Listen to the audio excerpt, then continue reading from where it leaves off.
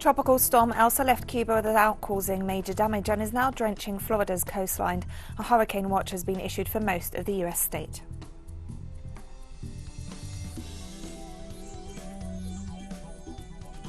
The Communist Party of China hosted a worldwide political event this Tuesday, marking the organization's 100th anniversary. Political parties from a total of 162 countries of different ideological positions discussed the historical challenges and tasks of our time.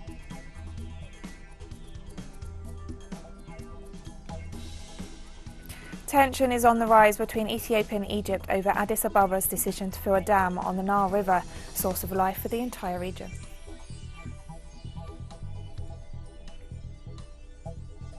From the headquarters of teleSUR English in Havana, Cuba, this is from the south. I'm Katrina Goss. Tropical storm Elsa left Cuba without causing major damage and is now drenching Florida's coastline. A hurricane watch has been issued for most of the U.S. state. Even though Elsa has already left Cuban territory, western provinces like Matanzas, Havana, Mayabeque and Artemisa continue to be in a tropical storm warning situation.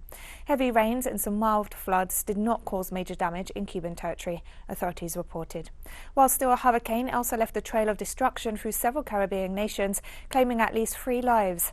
The storm is expected to gain strength and have redeveloped into a hurricane when it hits the west coast of Florida on Wednesday, forecasters said. Bands of heavy rain and gusty winds continue to spread up the Florida peninsula, where a tornado watch has also been issued. A month after the second-round presidential elections, Peruvian authorities have yet to officially proclaim the president-elect. Supporters of the winner, leftist Pedro Castillo, are mobilizing to defend the result. In the middle of the cold Lima winter, hundreds of Castillo's supporters, who have travelled from distant parts of the country, spend the night in some 180 tents in the Democracy Square in front of the National Jury of Elections headquarters. The jury continues to process the baseless claims of fraud submitted by the far-right losing candidate, Keiko Fujimori, before proclaiming the winner. As the process lags on, the National Front for Democracy and Governance of Peru, a network made up of trade unions, collectives, civil society associations and some political parties, called for a national strike to demand the proclamation of Pedro Castillo as president. We have resisted this for a month now, but we want to resist more until the jury's decision is recognized. We are going to undertake something more radical because we will no longer allow our votes to be easily labeled as terrorists and then not proclaim President Pedro Castillo Terrones. We feel discriminated against. In Argentina, a protest camp has been set up in front of the presidential palace, demanding the release of social and indigenous peoples activist Milagros Sala, who's serving a 13-year sentence for allegedly instigating disorder and engaging in illicit association. This is Plaza de Mayo, where sympathizers of Sala have erected tents to honor each of the 2,000 days since Sala's arrest in 2016. Sala is the leader of the Tupac Amaru movement for justice, and according to her former lawyer and today's Minister of Women, Gender and Diversity, Elizabeth Gomez Alcorta, she is a political prisoner, victim of misogyny and racism. All her alleged crimes are without any substantial evidence, she added. The protesters are demanding more determination to free Sala on the part of the centre-left government of Alberto Fernandez. Issues such as human rights violations and unilateral sanctions by political bullies demand an approach only instruments such as the United Nations Charter guarantee, members of the Group of Friends in Defence of the UN Charter said Tuesday at a virtual conference. Established in March 2021 by Russia, China and the Democratic People's Republic of Korea, the group also includes countries like Algeria, Angola, Bolivia, Venezuela, Cuba and Syria. The purpose is to highlight the United Nations founding principles, such as the right to self-determination, non-intervention, no use of force or threat of the use of force between states, the preservation of peace, people's basic rights and the like. Speakers noted that such issues were of particular relevance in view of the ongoing restructuring of power relations in the world.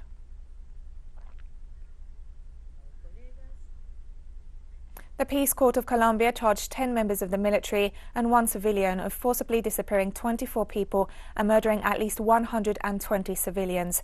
The victims were falsely presented as guerrilla fighters who'd been killed in combat, a scandal known as false positives.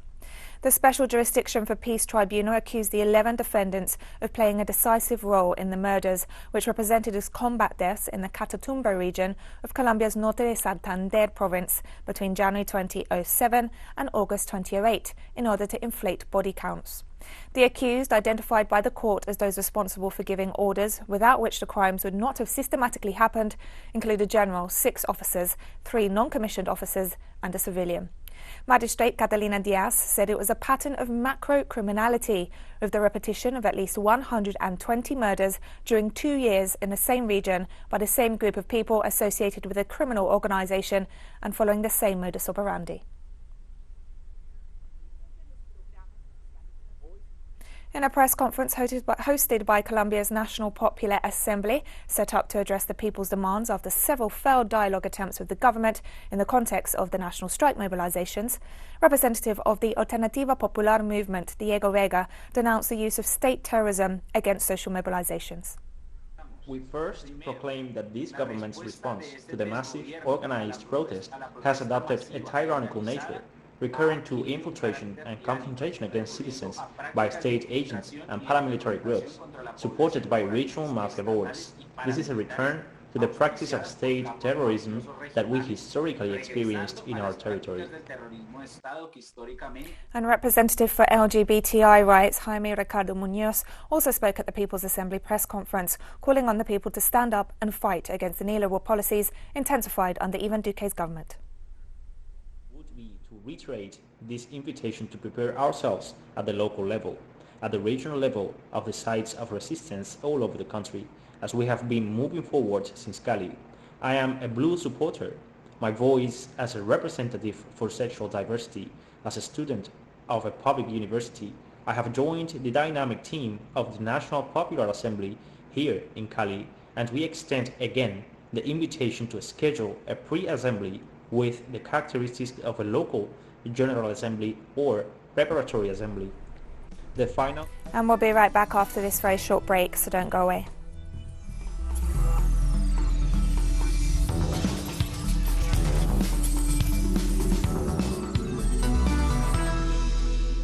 Welcome back to From the South.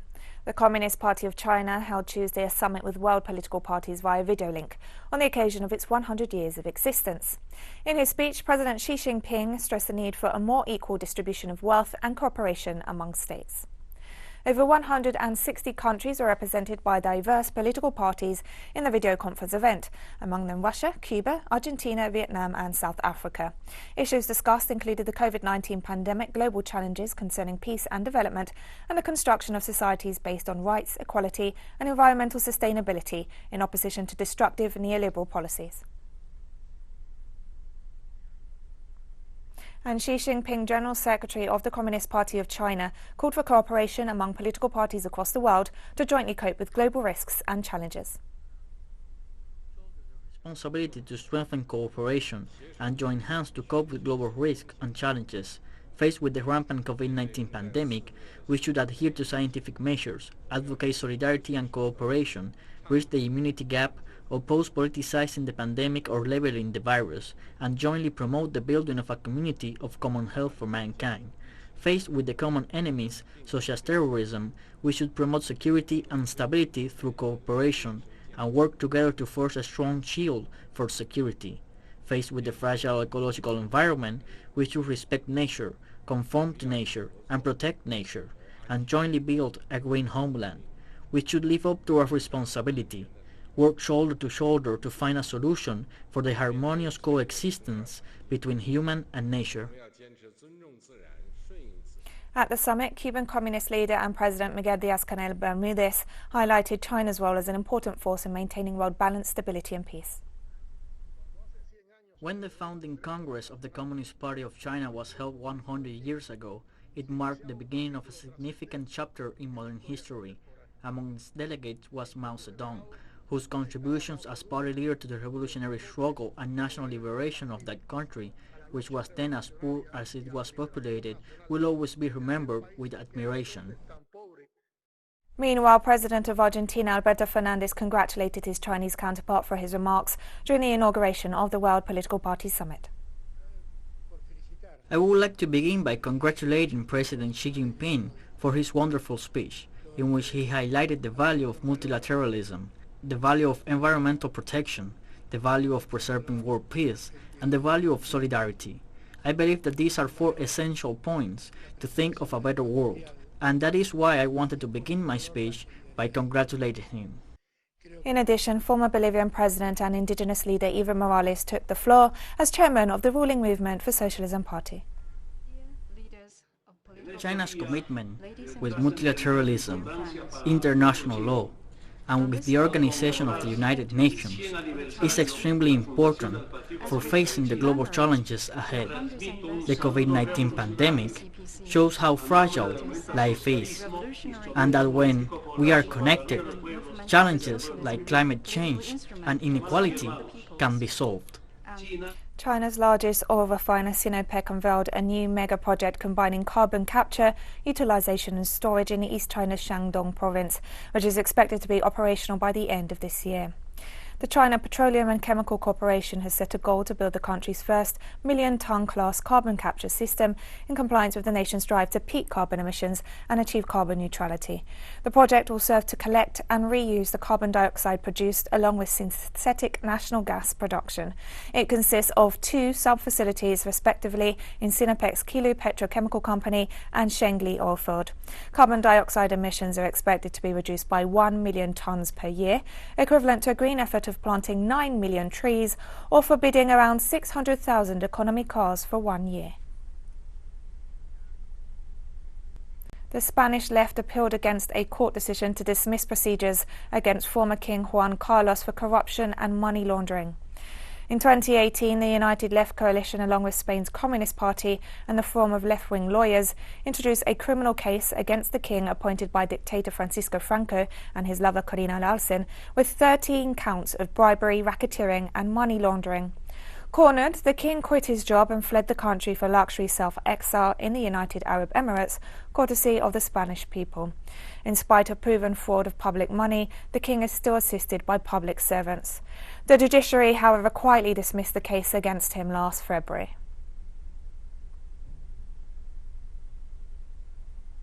Spain's cabinet approved a draft bill strengthening the country's laws against rape by requiring explicit consent for sex, a move long demanded by assault survivors and women's rights groups. The bill is known as Only Yes Means Yes. The most important thing is that it focuses on the woman's consent as the fundamental aspect of which crimes against sexual freedom are based. In this way, Spain complied with the Istanbul Convention on the maxim that only yes is yes, making it clear that silence or passivity does not mean consent, or that not showing opposition cannot be an excuse for acting against the will of the victim. Another very important part of the law concerns the distinction between sexual abuse and sexual assault. From now on, and also in line with international conventions, all sexual conduct without consent will be considered sexual assault. The crime of rape will therefore no longer only be reserved for cases involving violence or intimidation. Iran's government said Tuesday that the country's stance on the 2015 nuclear deal will remain unchanged once President-elect Ibrahim Raisi takes office. Iranian Foreign Ministry spokesman Syed Khatibzadeh made the statements in response to declarations by Western officials regarding the need to wait for Iran's new administration. The spokesman stated that progress had been made in the Vienna talks with the assent of all participants, adding that the remaining issues require a decision from the other parties, especially Washington. Tehran has demanded an end of the United States' illegal sanctions as a condition for the US to return to the agreement former President Donald Trump skipped in 2018. Furthermore, the official also explained that Tehran is not rushing toward the nuclear agreement, but at the same time the country will not allow the prolonging of the negotiations.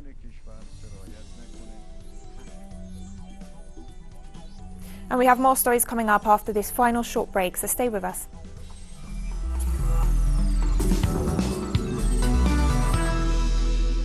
Welcome back to From the South. Tensions in eastern Africa rise as Egypt rejected Ethiopia's decision of filling up the Grand Renaissance Dam over the Nile River, a shared water supply between both nations. Egyptian officials consider this a unilateral measure that violates international law and threatens their water quota from the Nile, the country's main source of hydric assets for agriculture, industry and human consumption. Meanwhile, Egyptian President Abdel Fattah el-Sisi inaugurated Saturday a new naval base in the Mediterranean Sea near the Libyan border.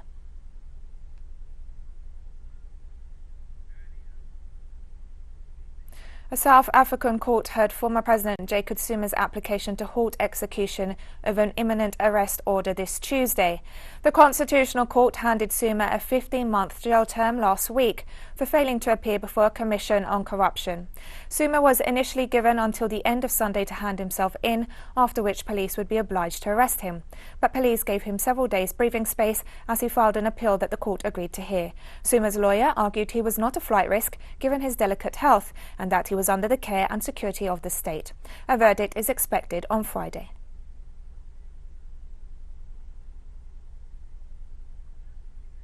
Already on his 63rd day of a hunger strike, Palestinian political prisoner Ghadan Far Abu Atwan's options are now either victory or death, he said on Tuesday in a statement for teleSUR's Lebanese sister channel Al Mayadeen.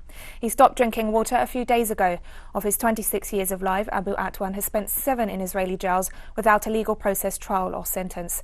This is what the Zionist Israeli occupation of Palestine calls administrative detentions. النصر من عند الله بس وانا صامد بضل مضرب عادي يسوي اللي بدهم اياه اضل مضرب. Tajikistan mobilized 20,000 reserve troops to its border with Afghanistan in response to the withdrawal of United States and NATO troops. Tajik President Emomali Rahmon said the US pullout was unannounced and untransitioned and created a serious situation in the country. Over the weekend, more than 1,000 Afghan soldiers had fled into neighbouring Tajikistan to escape clashes with Taliban fighters who've mounted an aggressive offensive, preparing to control the country once again. Not any longer on the list of Washington's priorities, and after 20 years of achieving none of the invasion goals, Afghanistan is now left to warlords to fix disputes and is a source of destabilisation in the Central Asian region. Lebanon is about to explode, Prime Minister Hassan Diab warned, unless the international community comes to its rescue. Lebanon is crossing a very dark tunnel and the suffering has reached the limits of tragedy. The severe crisis that the Lebanese are going through on all levels, social and public services, this pushes the situation towards the big catastrophe which cannot be suppressed. Linking aid to Lebanon with government formation has started to threaten the life of the Lebanese people because the pressures exercised on them and the siege imposed on Lebanon does not affect the corrupt. Instead, the Lebanese people paid the heavy price with their lives and futures. Russia supports a 5-point plan by the Association of Southeast Asian Nations to end the human rights and political crisis in Myanmar, Foreign Minister Sergei Lavrov said in Jakarta. Lavrov met his Indonesian counterpart Retno Marsudi to strengthen bilateral relations. Indonesia is one of the largest economies and a key player in the region, while Russia is one of Myanmar's main suppliers of weapons. Myanmar has seen growing violence since a military takeover in February. ASEAN's plan for Myanmar calls for dialogue and an end to violence. The plan also calls for the appointment of a special envoy and greater humanitarian access to conflict-affected areas. Regarding Myanmar, I again emphasize the importance of following up on the 5-point of consensus. This required the commitment of Myanmar military to cooperate with other ASEAN member countries to follow up the 5-point of consensus. And I had requested Russia to support the implementation of the 5-point of consensus. We discussed the situation in and around Afghanistan and the situation in Myanmar. We reiterated our strong support for the ASEAN 5 principles, and in our contacts with Myanmar leaders, military leaders, we promote the position of ASEAN, which should be, in our view, considered as a basis for resolving this crisis. In Japan, 29 people are unaccounted for 3 days after a massive landslide in the southern town of Atami. Local officials warned that rescue workers were becoming less hopeful 3 days after the disaster that killed at least 4 people and left dozens of homes devastated by several violent waves of mud during Japan's annual raining season. They also reiterated that even though conditions are difficult, the search will continue, trying to save as many lives as possible. Scientists stress that climate change is intensifying Japan's rainy season because a warmer atmosphere holds more water. And we've come to the end of this news brief, but remember you can find these and many other stories on our website at telesurenglish.net. You can also follow us on social media for all the latest news. We're on Facebook, Twitter, Instagram and Telegram. Plus you can catch up on our shows on our YouTube channel. For TeleSUR English, I'm Katrina Goss. Thank you for watching.